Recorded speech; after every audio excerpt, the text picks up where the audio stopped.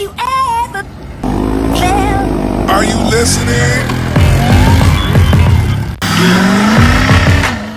Today we are going to be doing a gearbox change in this old Silverado. So this one, nothing really wrong with the gearing box, but it is leaking like a lot. You look right there. It is leaking out of the bottom, and it's leaking out of the shaft up top where the steering stem goes in. So we're replacing this with a redhead something. Redhead steering box. Made in the US of the A.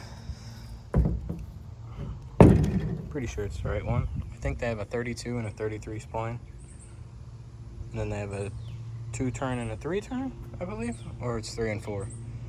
But you just count that in your steering wheel. They come with all new seals. So they say some don't use it and some do. Got instructions right here. Pretty nice little kit. I think it was about $400 or $500, and then they got a core which is like $250, but you just send it back in their box. They come already pre-packaged. They say to just put everything back the way you got it and send it on its way. So right now what I did already was remove the skid plate from the bottom. Just 4 15mm bolts. This truck has a, I'm not sure what you would call it. I guess it would be like an idler pulley thing. It goes on the bottom of here. I had to use a big crescent wrench because none of my wrenches, it was bigger than 1.25 inches. So I just resorted to the crescent wrench. And then I knocked the joint off with a pickle fork and a hammer. It came off pretty easy. And then now I started beating on this with the hammer, trying to get it down. It's not gonna come down, so I'm gonna get it off the truck first and then beat it off.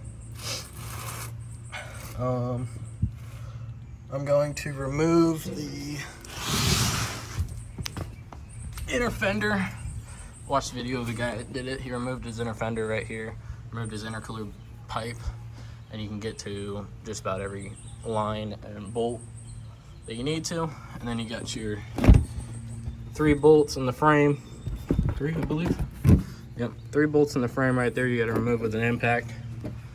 Well, you don't have to use an impact, but that's what I'm going to be using. So we got 2 power steering lines in here. They're 18mm. I just got an 18mm wrench.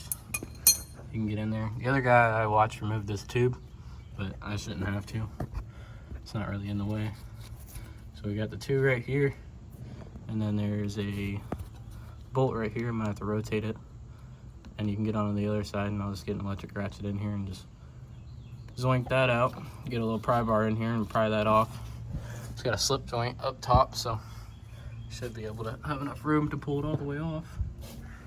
So that bolt down there was a 11mm, and then I got both the lines off. This was an 11mm right here. I'm gonna get a pry bar right down in there and just pry it off.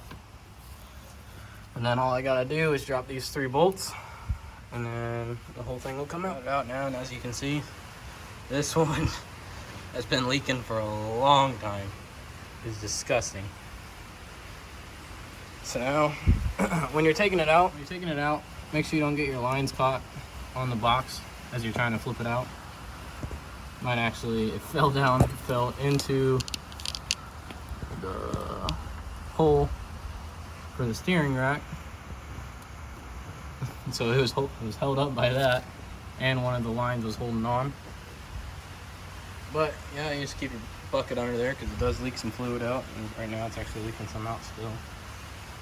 So I just took the hammer, hit it. It was sitting like that. I hit it right there. Took 2 good hits and it came right off.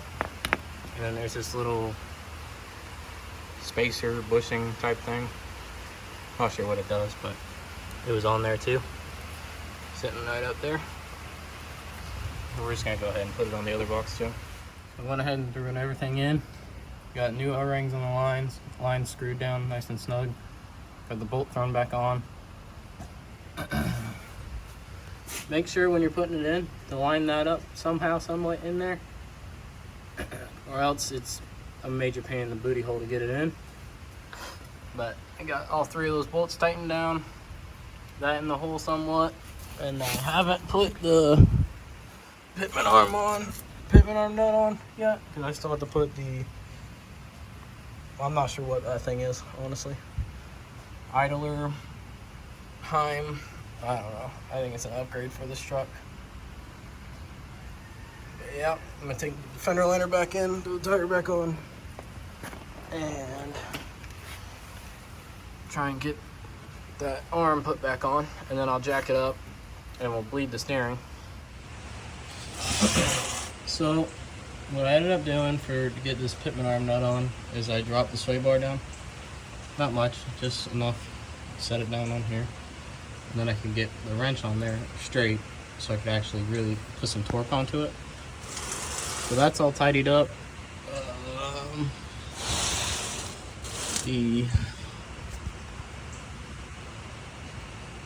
Where's it at? The bar right here, I tidied up this nut and these nuts. I had to find a new nut for this one because the nut was missing when it came in.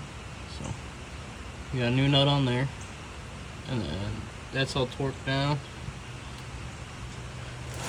That wraps up the install of it. Now I just got to fire it up, and I actually ended up not putting the fender well in because I want to make sure there's no leaks in there.